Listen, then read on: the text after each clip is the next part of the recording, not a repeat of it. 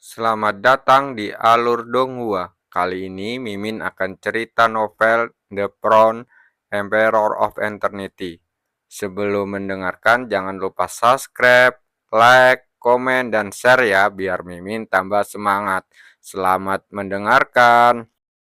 Melanjutkan episode sebelumnya, saat formasi diaktifkan, kota Kiangsang tenggelam sepenuhnya ke dalam tanah. Tidak seorang pun tahu sampai kapan itu berakhir, karena bahkan Klan Kiangsang belum pernah mengaktifkan formasi pelindung ini sebelumnya. Chu Guangsheng memejamkan matanya sedikit dan menyebarkan kekuatan mentalnya untuk merasakan gerakan yang datang dari segala penjuru. Setelah waktu yang lama, dia perlahan membuka matanya dengan cahaya aneh di matanya. Fluktuasi semacam ini dalam penglihatannya bukan berarti kota Kiangsang itu tenggelam ke dalam tanah, melainkan tenggelam ke suatu ruangan aneh. Aneh sekali. Sepertinya orang yang membangun formasi ini saat itu pasti sudah melampaui ranah Yin Yang. Atau bahkan lebih tinggi lagi, kata Chu Guangsheng dalam hati. Hanya orang sekuat itu yang mampu mengendalikan misteri langit dan bumi, membuka ruang kecil yang mandiri, dan membangun formasi yang menghubungkan ruang kecil ini. Saat berpikir keras, tiba-tiba terdengar berderit, dan semua orang dapat dengan jelas merasakan bahwa kota Kiangsang yang awalnya turun tiba-tiba berhenti. Kita telah sampai, kata Chu Guangsheng dengan mata berbinar. Kiangsang Yan mengangguk lalu berkata sambil tersenyum, kalian berdua, kita bisa pergi dari sini sekarang. Chu Guangsheng dan Liu Feng saling memandang, lalu tersenyum dan mengikuti Kiangsang yang keluar dari ruangan batu. Begitu mereka meninggalkan ruang batu itu, apa yang mereka lihat bukanlah kegelapan bawah tanah, melainkan cahaya yang menyilaukan. Ini benar-benar sebuah dunia kecil yang mandiri. Chu Guangsheng menatap dunia yang penuh warna di depannya dan berseru kagum. Bahkan di kehidupan sebelumnya dia tidak memiliki metode ajaib seperti itu.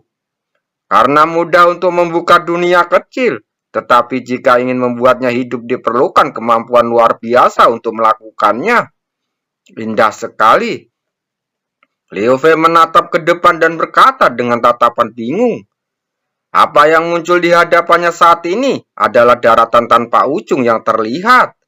Di daratan, aliran sungai sebening cermin, bunga, tanaman, dan perpohonan tumbuh dengan tenang, dan lapisan kapus tipis menembus langit, membuat orang merasa seperti berada di negeri dongeng.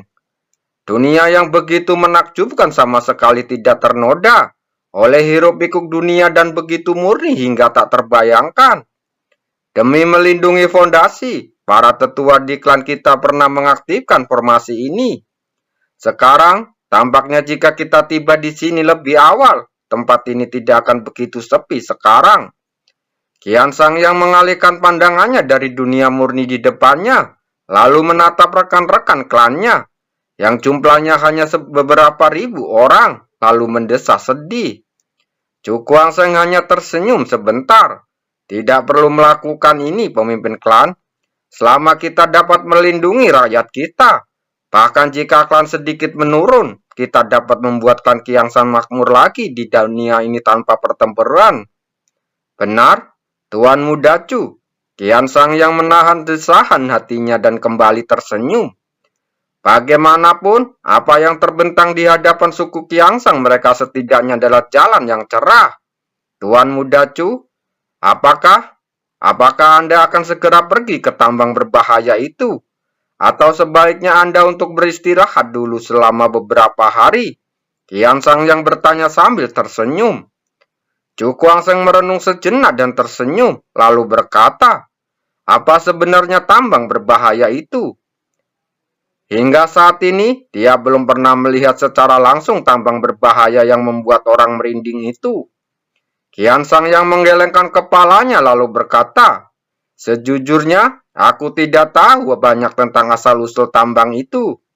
Aku hanya tahu bahwa itu adalah sumber energi untuk ruang bawah tanah ini, dan inti untuk mendukung keberadaan dunia ini.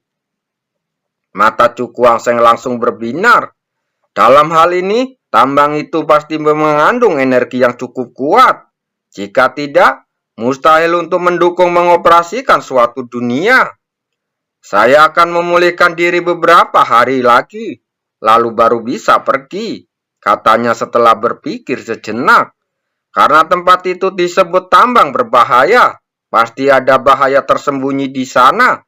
Jadi dia perlu memulihkan tenaga sebelum bisa pergi untuk memeriksanya. Tuan Muda Chu, silakan ikuti saya. Qian Sang yang melangkah untuk memimpin jalan.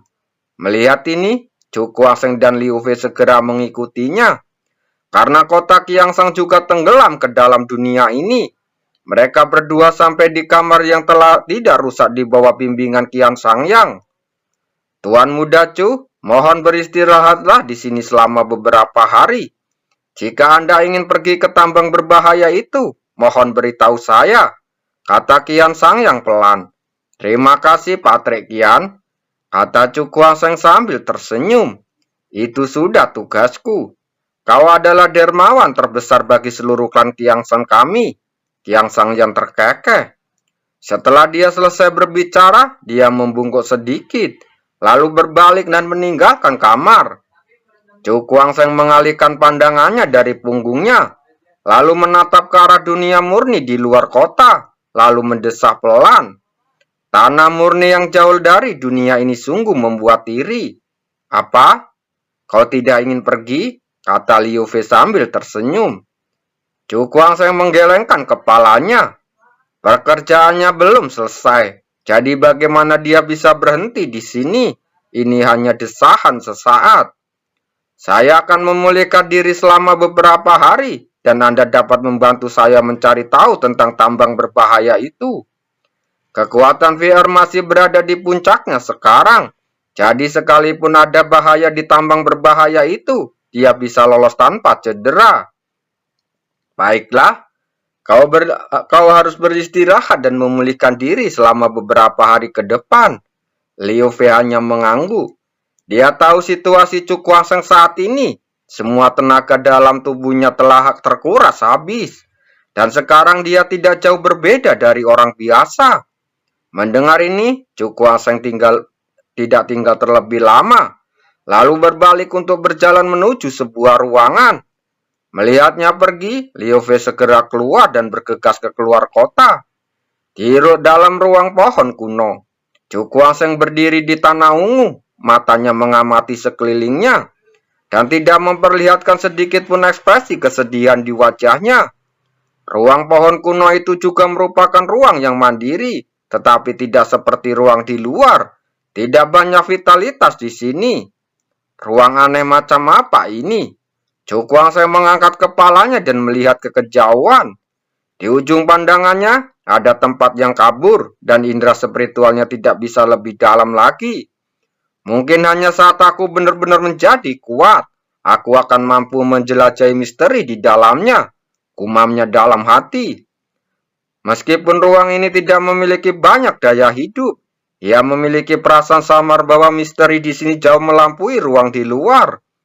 Hanya saja ada banyak hal yang tersembunyi di dalam kegelapan yang tak dapat ditemukan dengan kekuatannya saat ini. Biarkan aku memulihkan tenagaku dulu. Setelah beberapa saat, Chu Kuang Seng menekan keraguannya, lalu duduk bersila. Saat auranya berfluktuasi, kekuatan dalam ruang terus-menerus diserap oleh dan diintegrasikan ke dalam dirinya. Kekuatan dalam tubuhnya yang hampir habis dengan cepat pulih pada saat ini. 7 hari berlalu perlahan di dunia yang murni ini. Setelah orang-orang Qian Sang secara bertahap beradaptasi, dan mulai memulihkan kota Qian Sang yang hancur seperti semula. Selama waktu ini, Chu Kuang Seng tidak keluar dari ruangan. Dia telah berada di ruang pohon kuno untuk memulihkan dirinya, berusaha mengumpulkan kekuatan untuk pergi ke tambang berbahaya sesegera mungkin. 1 hari kemudian, tepat saat penduduk Qian Sang sibuk membangun kembali kota Qian Sang, aliran cahaya melesat keluar dari sebuah kamar dan terbang menuju suatu tempat di luar kota. Kalian sudah datang? Chu Kuangseng berhenti di luar kota dan melihat Liu Fei dan Qian Sangyang yang sudah lama menunggu. Ayo, dia tersenyum pada mereka berdua, lalu melambaikan tangannya dan terbang menjauh. Melihat ini, Liu Fei dan Qian Sangyang pergi satu demi satu. Chu Kuangseng dan dua orang lainnya terbang sepanjang jalan, dan setengah hari kemudian, sebuah pegunungan besar terlihat di depan. Pegunungan tersebut berada di ujung dunia ini, berkelok-kelok dan memanjang ke segala arah, bagaikan seekor naga yang sedang merangkak menjaga dunia ini. Ini adalah pegunungan yang menyembunyikan tambang berbahaya. Qian Sangyang jatuh dari langit menuju ke pegunungan di depannya. Chu Kuangseng segera menyadari bahwa ada banyak pria kuat tersembunyi di sekitarnya. Tambang berbahaya ini adalah inti dari seluruh dunia ini. Jadi sudah sewajarnya beberapa orang harus dikirim untuk menjaganya. Ketua, pada saat ini puluhan pria dan wanita berjalan dari kejauhan, lalu membungkuk kepada Qian Sangyang. Qian Sangyang mengangguk, menunjuk ke arah Chu Kuangseng dan berkata, "Ini adalah dermawan besar klan Qiansang kami, Tuan Muda Chu." Mendengar kata-kata ini, lebih dari selusin pria dan wanita tercengang. Lalu mereka setengah berlutut dan berkata dengan suara keras, "Kami berterima kasih kepada Tuan Muda Chu karena telah menyelamatkan hidup kami." Adegan yang tiba-tiba ini membuat Chu Kuangseng sedikit linglung. Qian Sangyang menjelaskan, orang-orang ini awalnya dipenjara di pegunungan ini oleh istana penguasa kota untuk menambang mineral berbahaya. Selama periode ini, mereka mengalami situasi hidup dan mati yang tak terhitung jumlahnya, dan banyak dari rekan mereka meninggal karenanya. Dan setelah Tuan Muda Chu membunuh penguasa kota Qiansang, dia secara alami menjadi penyelamat mereka. Chu Kuangseng hanya mengangguk, lalu dia mengerti alasannya. Dia menatap belasan pria dan setengah berlutut di tanah, lalu berkata sambil tersenyum, "Bangun. Tidak perlu melakukan ini."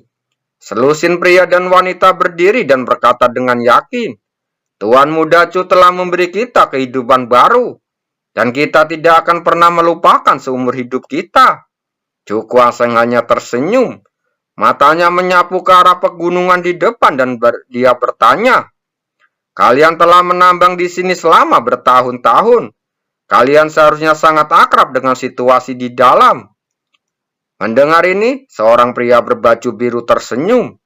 "Kita tidak bisa mengatakan kita tahu banyak, tetapi kita masih tahu sesuatu tentang situasi di tingkat atas tambang yang berbahaya itu."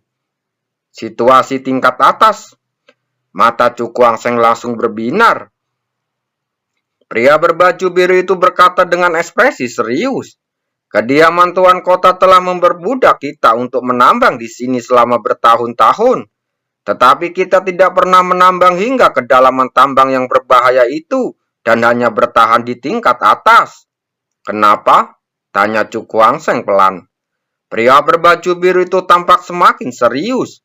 "Tuan Kota pernah memaksa kita untuk menambang secara paksa di kedalaman tambang yang berbahaya. Tetapi setelah ribuan saudara meninggal, mereka masih gagal mencapai tujuannya." Ketika dia mengatakan ini, ada kebencian yang kuat dari kata-katanya. Jelas saja, sensasi menyaksikan saudara-saudaranya jatuh di hadapannya satu persatu adalah sesuatu yang tidak akan pernah terlupakan seumur hidupnya, dan kebenciannya terhadap Tuan Kota tertanam dalam tulang-tulang mereka. Chu Kuangseng tetap diam, merasa lebih khawatir pada ranjau berbahaya yang tidak diketahui itu.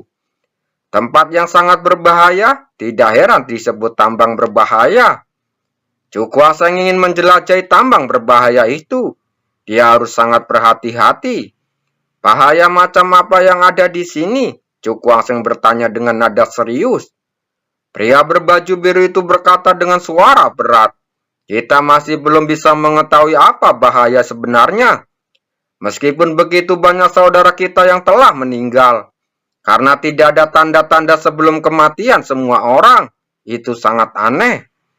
Dikatakan bahwa Tuan Kota pernah mengirim seorang praktisi Rana Yingyang untuk pergi ke kedalaman tambang untuk memeriksanya. Tetapi pada akhirnya orang itu menjadi gila. Menjadi gila? Cu Kuang tampak terkejut. Bahkan praktisi Ranaya yang menjadi gila setelah masuk ke sana. Sulit baginya untuk membayangkan bahaya mengerikan apa yang tersembunyi jauh di dalam tambang ini. Tuan Muda Chu, apakah Anda sudah memutuskan untuk masuk lebih dalam ke tambang itu? Jika Anda hanya tinggal di tingkat atas tambang, meskipun agak berbahaya di sana dengan kekuatan Tuan Muda Chu, Anda pasti dapat mengatasinya dengan mudah dan mengubahnya menjadi tempat yang diberkati untuk berkultivasi, kata pria berbaju biru itu. Cu Kuang hanya tersenyum. Ruang pohon kuno miliknya adalah tempat yang diberkati untuk berkultivasi.